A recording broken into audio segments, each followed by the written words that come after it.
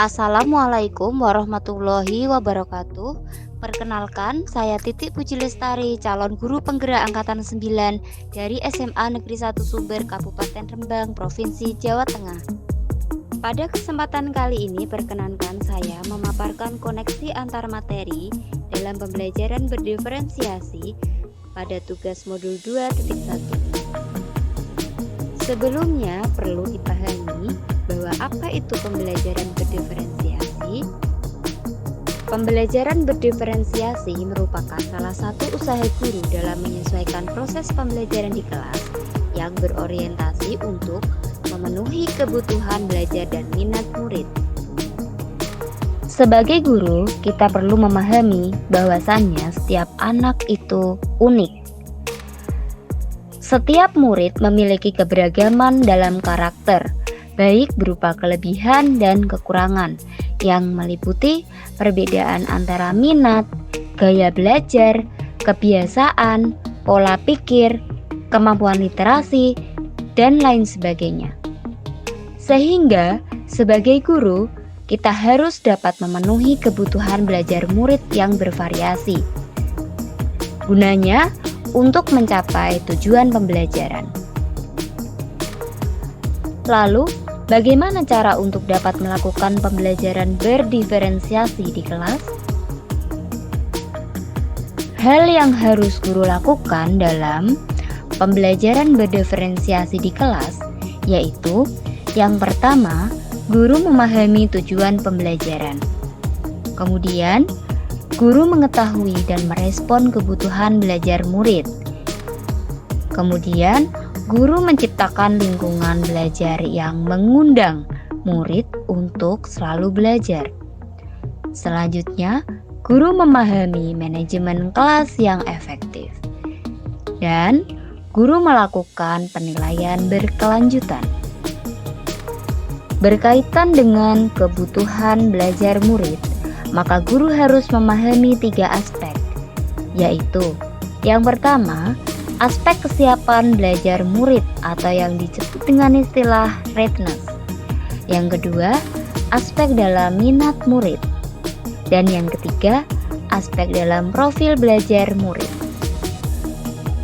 Dalam memahami aspek kesiapan belajar murid atau dengan istilah readiness, maka dalam kondisi ini mengharuskan guru untuk menilai pengetahuan awal yang menentukan apa yang telah murid ketahui dan di mana murid berada. Hal ini dapat dilakukan dengan cara adanya asesmen diagnosis di awal pembelajaran yang dilakukan oleh guru terhadap murid. Selanjutnya, untuk memahami aspek minat murid, maka guru melakukan pengelompokan terhadap keinginan atau minat murid itu sendiri.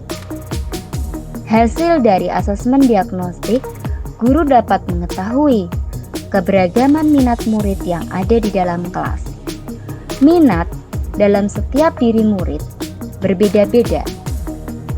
Sekaligus minat merupakan salah satu dari motivator penting bagi diri murid untuk terlibat aktif dalam proses pembelajaran.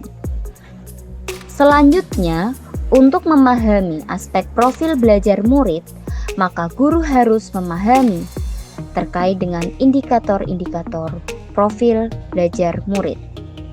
Yang pertama, terdapat indikator lingkungan, kemudian budaya, kecerdasan majemuk, dan gaya belajar yang dimiliki oleh murid. Selanjutnya yaitu kebutuhan belajar murid dapat diidentifikasi berdasarkan cara-cara sebagai berikut. Yang pertama, guru dapat mengamati perilaku murid-muridnya. Kemudian, guru dapat mengidentifikasi pengetahuan awal, bisa dengan menggunakan asesmen diagnosis. Selanjutnya, guru dapat mereview dan melakukan refleksi terhadap praktik pengajaran. Kegiatan tersebut bisa dilakukan pada saat menjelang akhir pembelajaran. Selanjutnya, guru mampu berbicara dengan guru murid sebelumnya.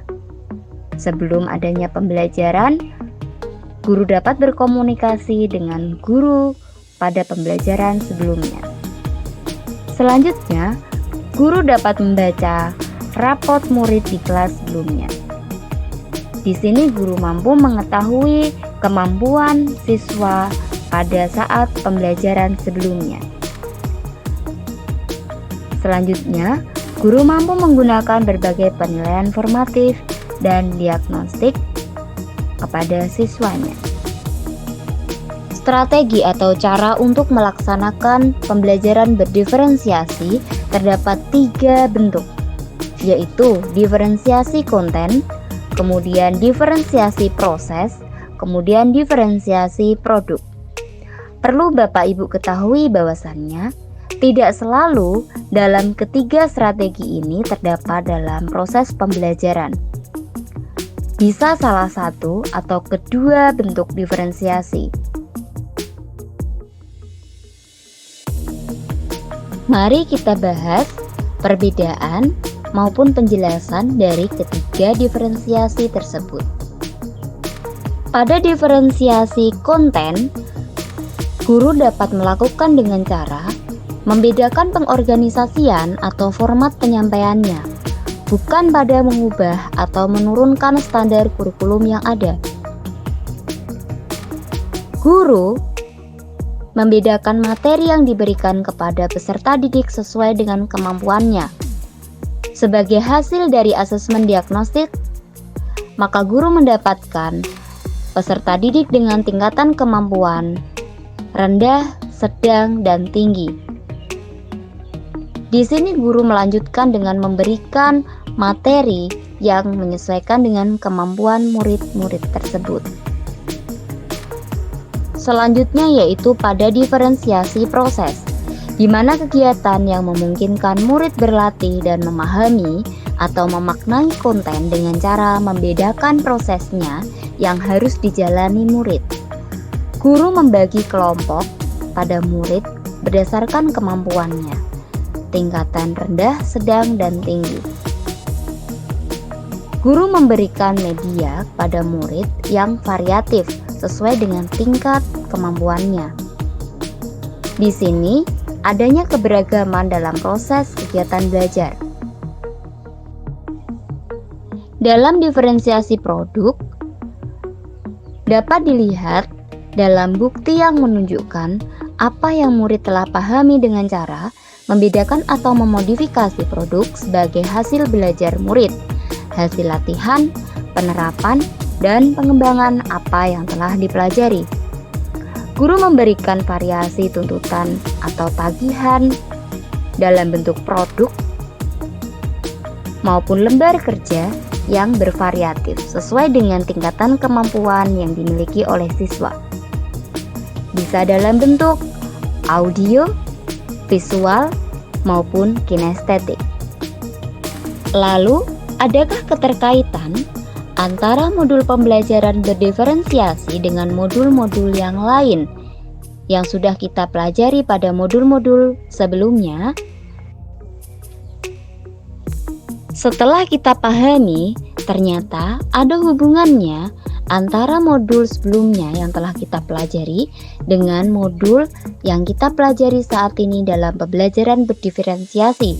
Dilihat dari hubungan antara modul 1.1 dengan modul 2.1. Ini dapat terjelaskan melalui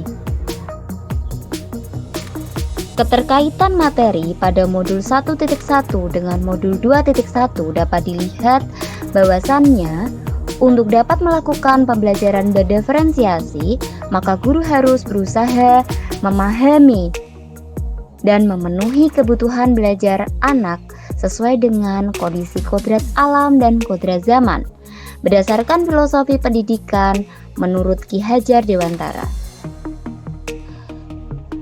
Keterkaitan materi antara modul 1.2 dengan modul 2.1 dapat dilihat dalam melakukan pembelajaran berdiferensiasi, maka seorang guru penggerak harus berpihak pada murid, melakukan refleksi secara mandiri, kolaboratif, dan inovatif untuk menciptakan pembelajaran berdiferensiasi.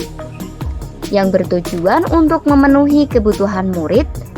Sebagai guru penggerak dapat mewujudkan kepemimpinan murid dengan konsep menuntun murid dalam merdeka belajar yang sesuai dengan nilai dan peran guru penggerak.